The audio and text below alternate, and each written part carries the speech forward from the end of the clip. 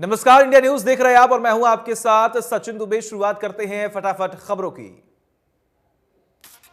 PM Modi के पहले audit दिवस समारोह कार्यक्रम पर सरदार वल्लभ भाई पटेल की प्रतिमा का किया अनावरण। भाई पीएम ने कार्यक्रम को किया संबोधित। पीएम ने कहा कि आज हम ऐसी व्यवस्था बना रहे हैं जिसमें सरकार शर्मा की सोच, सरकार का दखल भी कम हो रहा है और आपका काम भी आसान हो रहा है। पीएम ने कहा कि लेकिन हमने पूरी ईमानदारी के साथ पिछली सरकारों का सच देश के सामने रखा। हम समस्याओं को पहचानेंगे तभी तो समाधान तलाश कर पाएंगे। पीएम मोदी ने कहा कि एक समय था जब देश में ऑडिट को एक आशंका, एक भय के साथ देखा जा रहा था। कैग बनाम सरकार, यह हमारी व्यवस्था की सामान्य सोच बनाई गई है और लेकिन आज इस मानसिकता को बदला गया है। पीएम ने कहा कि दशकों तक हमारे देश के में कैग की पहचान सरकारी फाइलों और वही खातों के बीच माथापच्ची करने वाली संस्था के तौर पर रही है। कैग से जुड़े लोगों की यही इमेज बन गई थी। इसका जिक्र मैंने 2019 में भी आपसे किया था। नरेंद्र मोदी ने कहा कि सदी की यह सबसे बड़ी महामारी जितनी चुनौतीपूर्ण थी उतनी ही इसके खिलाफ देश की लड़ाई भी असाधारण रही है। कुछ सप्ताह पहले ही देश ने 100 करोड़ वैक्सीन डोज का पड़ाव भी पार किया है। उत्तर प्रदेश चुनाव से पहले प्रधानमंत्री नरेंद्र मोदी ने पूर्वांचल एक्सप्रेसवे की सौगात दी। 341 किलोमीटर लंबा पूर्वांचल एक्सप्रेसवे पूर्वी और पश्चिमी उत्तर प्रदेश को जोड़ेगा। एक्सप्रेसवे लखनऊ के चांद सराय से शुरू होकर गाजीपुर तक पहुंचेगा और इसे बनाने में 22,497 करोड़ रुपए खर्च आया है। ये एक्सप्रेसवे 9 जिलों लखनऊ, बाराबंकी, अमेठी, अयोध्या, सुल्तानपुर, अम्बेडकर नगर, आजमगढ़, मऊ और गाजीपुर से होकर निकलेगा। प्रधानमंत्री नरेंद्र मोदी ने जुलाई 2018 में आजमगढ़ से इस एक्सप्रेसवे की आधारशिला रखी थी। एक्सप्रेसवे के उद्घाटन के बाद सुल्तानपुर में बनी हवाई पट्टी पर एयर शो हुआ। इस शो में राफेल, सुखोई और मिराज जैसे लड़ाकू विमानों ने टच एंड गो ऑपरेशन किया। यानी विमान उड़ते हुए आते थे और जमीन छूते ही दोबारा उड़ जाया करते थे। ये हवाई पट्टी 3.2 किलोमीटर लंबी है। इसे जंग जैसे हालात की तैयारी के तौर पर बनाया गया है। उन्होंने कहा कि आज इस कार्यक्रम में उत्तर प्रदेश के लोगों की कोरोना वैक्सीनेशन के लिए बेहतरीन काम करने के लिए प्रशंसा करना चाहता हूं। उत्तर प्रदेश ने 14 करोड़ टीके लगाकर अपने राज्य को देश ही नहीं बल्कि दुनिया में अग्रणी भूमिका में खड़ा किया है। दुनिया के अनेक देशों की तो इतनी आबादी तक नहीं है। पीएम मोदी ने कहा कि चौतरफा विकास के लिए हमारी सरकार मेहनत कर रही है। कनेक्टिविटी के साथ ही उत्तर प्रदेश में बुनियादी सुविधाओं में भी प्राथमिकता दे रही है। इसका लाभ नारी शक्ति को हुआ है। गरीब बहनों को जब उनका पक्का घर मिल रहा है तो उनको परेशानियों से मुक्ति मिल रही है। मुफ्त बिजली और गैस कनेक्शन से भी परेशानी दूर हुई है। टॉयलेट के अभाव में घर और स्कूल में परेशानी बेटी बहनों को होती थी। अब बेटियों को बिना किसी हिचक के पढ़ाई का रास्ता भी मिला है। सलमान खुर्शीद अपनी लिखी किताब को लेकर अनिल विज के निशाने पर आ गए हैं। अनिल विज ने कहा कि उन्होंने अपनी किताब में वही लिखा जो कांग्रेस ने अभी तक पढ़ाया है। उन्होंने कहा कि कांग्रेस ने धर्म और मजहब के नाम पर देश का बंटवारा करवाया और 1984 में भी दंगे करवाए। दिल्ली में वायु प्रदूषण पर बोलते हुए विज ने कहा कि केजरीवाल प्रदूषण का ठीकरा पराली पर फोड़ते हैं जबकि बाकी बचे 90% प्रदूषण के लिए केजरीवाल खुद जिम्मेदार हैं। अनिल विज ने बताया कि प्रदेश के अस्पतालों में डेंगू से निपटने के लिए पुख्ता इंतजाम किए गए हैं। इंडिया न्यूज के मैनेजिंग एडिटर राणा यशवंत फरीदाबाद के जेसी बोस यूनिवर्सिटी में बतौर मुख्य वक्ता पहुंचे थे। उन्होंने राष्ट्रीय प्रेस दिवस के मौके पर जर्नलिज्म के छात्रों को संबोधित किया। उन्होंने कहा कि मीडिया के विद्यार्थियों को विभिन्न जटिल मुद्दों पर गहरी समझ की आवश्यकता होनी चाहिए और विभिन्न विषयों पर बोलने के लिए दिमाग और जुबान के बीच तालमेल होना आवश्यक है। उन्होंने कहा कि मीडिया के विद्यार्थियों को भाषा पर पकड़ और शब्दों के सही उपयोग का ज्ञान होना चाहिए।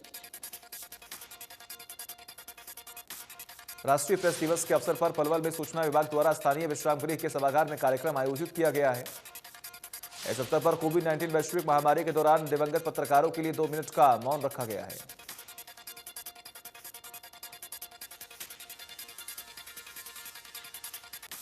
पानीपत के पीडब्ल्यूडी रेस्ट हाउस में पत्रकारों से बातचीत करते हुए बनवारी लाल ने कहा कि मैं किसान संगठन और संयुक्त किसान मोर्चा से अपील करता हूं कि वह सरकार के साथ बातचीत करें।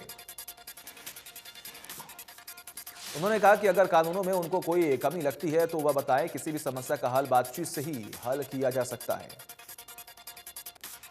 इसके साथ ही उन्होंने पत्रकारिता दिवस के उपलक्ष्य में सभी पत्रकारों को बधाई देते हुए कहा कि पत्रकार लोकतंत्र का चौथा स्तंभ है। फरीदाबाद में जिला उपायुक्त सहित तमाम आला अधिकारियों के साथ विधायक राजेश नागर ने क्षेत्र के विकास कार्यों से संबंधित समीक्षा बैठक की है। बैठक के बाद समस्याओं का जायजा लेने के लिए राजेश नागर और जिला उपायुक्त सहित सभी अधिकारी मौके पर पहुंचे, जहां विधायक ने अधिकारियों को फटकार लगाई है। जिला उपायुक्त ने कहा कि तिगांव क्षेत्र के विकास कार्यों में कोई भी ढिलाई बरती गई तो बर्दाश्त नहीं किया जाएगा। जल्द से जल्द तिगांव क्षेत्र की समस्याओं का समाधान निकाला जाए। करावली में दिल्ली के सांसद और हरियाणा आम आदमी पार्टी के प्रभारी डॉक्टर सुशील गुप्ता ने कार्यकर्ता सम्मेलन को संबोधित किया। इस दौरान उन्होंने सरकार पर भ्रष्टाचार बढ़ाने के आरोप लगाए। दिल्ली की जहरीली हवा और लोगों की परेशानी को लेकर सुप्रीम कोर्ट ने केंद्र और दिल्ली दोनों सरकारों को कड़ी फटकार लगाई है और प्रदूषण नियंत्रण को लेकर किए जा रहे उपायों पर हलफनामा देने को कहा है। कोर्ट ने कहा कि हम चाहते हैं कि प्रदूषण कम हो, हमें राजनीति से कोई मतलब नहीं है। कोर्ट में सॉलिसिटर जनरल से कहा कि हमने पिछली सुनवाई में कहा था कि स्थिति बहुत खराब है।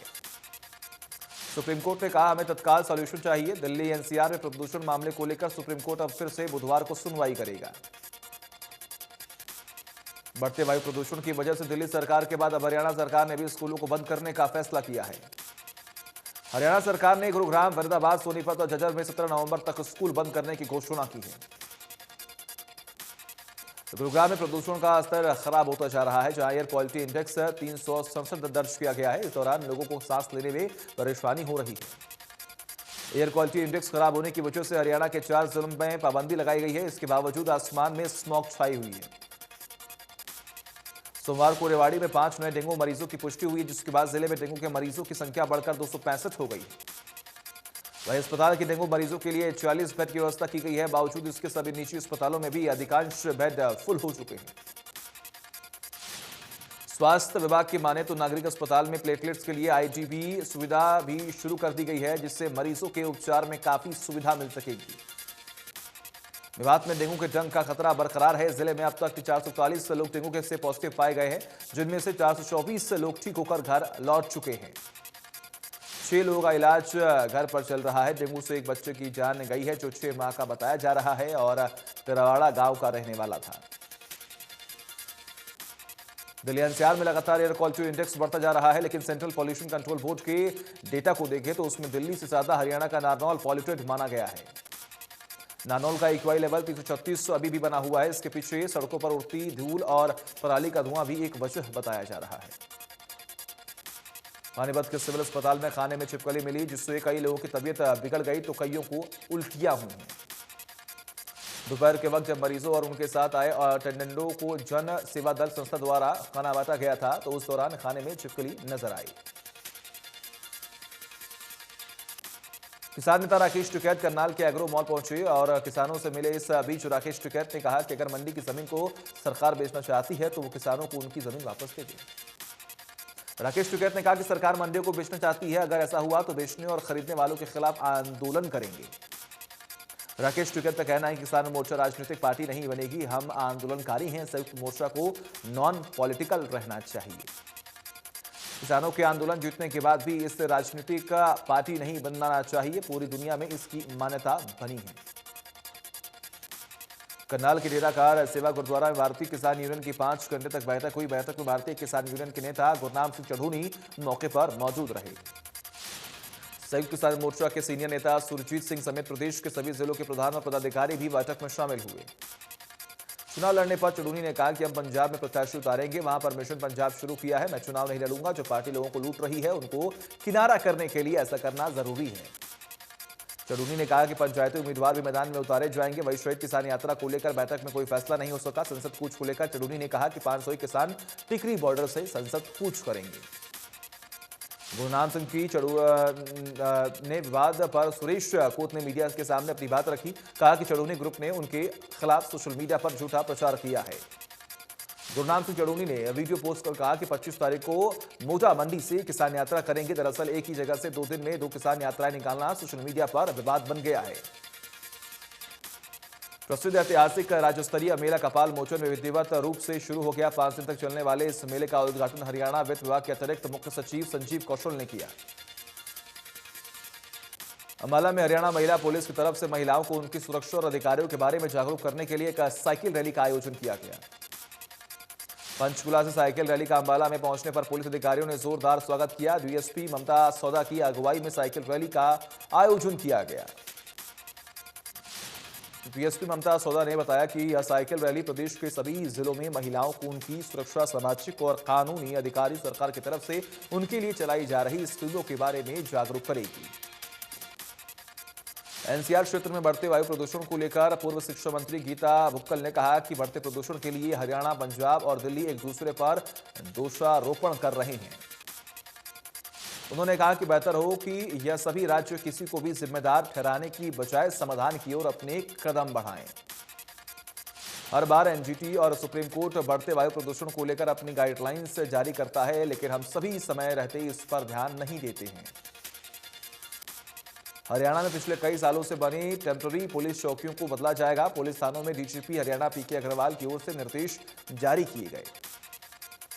हरियाणा पुलिस के 2 दर्जन के करीब पुलिस इंस्पेक्टरों को डीएसपी पद पर प्रमोट किया जाएगा। पिछले काफी समय से हरियाणा पुलिस के इंस्पेक्टर अपनी प्रमोशन का इंतजार कर रहे हैं। हांसी पुलिस की ओर से किसान नेता विकास सीसर के खिलाफ मामला दर्ज किया गया। यह मामला हांसी पुलिस के ही एक कर्मचारी की शिकायत पर दर्ज किया गया है। इस मामले में पुलिस की ओर से मानहानि और विभिन्न समुदायों के बीच शत्रुता, घृणा या वैमनस्य की भावनाएं पैदा करने के आशय से असत्य कथन की धाराओं के तहत मामला दर्ज किया गया। विकास सीसर के खिलाफ 10 नवंबर की बाजी के चलते मामला दर्ज किया गया। विकास ने कहा था कि हांसी की एसपी मैडम 4 पुलिस के कर्मचारियों के सहारे जातीय जहर खोलने का काम कर रही हैं। रतिया की अनाज मंडी में देर रात्रि अज्ञात महिलाओं द्वारा मंडी में लाया गया किसानों का धान चोरी कर लेने से किसानों में भारी रोष पाया जा रहा है। धान चोरी की घटनाएं बढ़ती जा रही हैं, लेकिन पुलिस प्रशासन द्वारा कोई कार्रवाई नहीं की जा रही है। सोनीपत कुंडली इंडस्ट्री एरिया में फैक्ट्री में अवैध रूप से निर्माण कार्य चल रहा था, जहां फैक्ट्री का लेंटर गिरने से 6 मजदूर घायल हो गए। तो मजदूरों की गंभीर हालत होने के कारण उन्हें रेफर कर दिया गया है। जांच जारी है। गुरुग्राम के कासन गांव में दिवाली के दिन पूर्व सरपंच के परिवार पर हुई फायरिंग मामले में अब चौथी मौत हो गई है। 40 वर्षीय बलराम ने इलाज के दौरान मेदांता में दम तोड़ दिया, जिसके बाद गुस्साए परिजनों ने मेदांता के बाहर प्रोटेस्ट किया। इस फायरिंग हमले में 6 लोग गंभीर रूप से घायल हो गए थे, जिनमें से 3 की मौत हो गई और अब चौथे व्यक्ति ने भी दम तोड़ दिया। 2 लोग अभी भी जिंदगी और मौत से जंग लड़ रहे हैं। भिवानी के चौधरी बंसीलाल यूनिवर्सिटी के छात्रों ने सुबह बसों के ना रुकने की वजह से भिवानी हिसार मार्ग पर जाम लगा दिया। वही जाम से दोनों और वाहनों की लंबी लंबी कतारें लग गई हैं। छात्राओं का कहना था कि बस चालक जानबूझकर बसों को नहीं रोकते हैं। नीलोखेड़ी के तरावड़ी रंबा चौक के पास एक कार में अचानक से आग लग गई। देखते ही देखते कार धू कर जल गई। पुलिस ने फायर ब्रिगेड को बुलाकर आग पर काबू पाया। तरावड़ी थाना प्रभारी मनोज वर्मा ने बताया कि कार में लगी आग को बुझा दिया गया है। गरोंडा में आसमान से गिरा हुआ 70 किलो का पत्थर स्कॉर्पियो गाड़ी से टकराया। टक्कर में गाड़ी का अगला हिस्सा टूट गया। गाड़ी सवार बाल बाल बचे। पत्थर को लेकर स्कॉर्पियो चालक थाना पहुंच गया। स्कॉर्पियो चलाकर करनाल से पानीपत जा रहा था। गाड़ी में 5 लोग सवार थे। पुलिस जांच में जुटी है। कैथल में बदमाश बेखौफ घूम रहे हैं, जिन्होंने कानून का भी भय नहीं रहा। बाइक सवार अज्ञात युवकों ने पुंडरी सिटी थाने से महज कुछ कदमों की दूरी पर एक दुकान पर 10 राउंड फायरिंग कर दी। मंगलवार सुबह अज्ञात बाइक सवार ने दुकानदार को 50 लाख रुपए मांगकर जान से मारने की धमकी दी। गोली चलने से किसी के घायल होने की सूचना नहीं है, लेकिन दुकान मालिक सदमे में है। देश में पिछले 24 घंटे में 8,865 नए मामले सामने आए। एक्टिव केस 1,30,000 के पार। 11,971 मरीज हुए रिकवर। 197 लोगों ने गंवाई अपनी जान। केरल में कोरोना के 4,544 नए मामले आए सामने। पिछले 24 घंटे में 19 संक्रमितों की मौत। एक्टिव केस की संख्या 65,000 के पार। 6,866 मरीज रिकवर हुए। दिल्ली में कोरोना के 16 नए मामले आए सामने। एक्टिव केस 330 के पार। 27 मरीज रिकवर हुए। हिमाचल प्रदेश में एक दिन में 125 नए मामले आए सामने। 20 मरीज रिकवर हुए। एक्टिव केस की संख्या 1,000 के पार। 6 मरीज की कोरोना से हुई मौत। हरियाणा में कोरोना के 14 नए मरीज मिले। 15 मरीज रिकवर हुए। एक्टिव केस 140 के पार। वायुसेना को तेजस फाइटर के लिए मिली हैमर मिसाइल। वायुसेना की बड़ी ताकत। बालाकोट जैसा हमला करना और आसान। फ्रांस से भारत को हैमर मिसाइल मिली है, जिससे LCA तेजस फाइटर में लगाया जाएगा। LCA तेजस फाइटरों में हैमर मिसाइल लगने के बाद हमारा यह शानदार लड़ाकू विमान दुश्मन के बंकर को 70 किलोमीटर दूर से ही ध्वस्त कर सकेगा। यह दूरी तो मिसाइल के हिसाब से छोटी है, लेकिन इससे बालाकोट एयरस्ट्राइक जैसे मिशन को पूरा करने में काफी ज्यादा मदद मिलेगी, क्योंकि कम दूरी से मारी गई मिसाइल से सटीकता बढ़ जाती है। श्रीनगर के हैदरपोरा इलाके में सुरक्षा बलों के साथ मुठभेड़ में 2 आतंकियों के मारे जाने की खबर है। इसके अलावा एक आम नागरिक की भी मौत हो गई है। जम्मू कश्मीर पुलिस के एसओजी ने विशिष्ट इनपुट पर हाई परोपोरा के पास रिहायशी इलाके को घेर लिया था। यहां तो आतंकवादियों को सुरक्षा बलों ने घेर किया। हाल ही में खुफिया एजेंसी ने घाटी में आतंकी वारदात में शामिल पाकिस्तानी आतंकी की लिस्ट तैयार की, जिसमें 38 आतंकियों के नाम शामिल हैं। उत्तर प्रदेश विधानसभा चुनाव से पहले ही बीजेपी को बड़ा फायदा। सपा बसपा के 10 एमएलसी पहले से ही बीजेपी में शामिल, जिसकी वजह से विपक्षी पार्टी का पलड़ा और भी कमजोर होता हुआ दिखाई दे रहा है।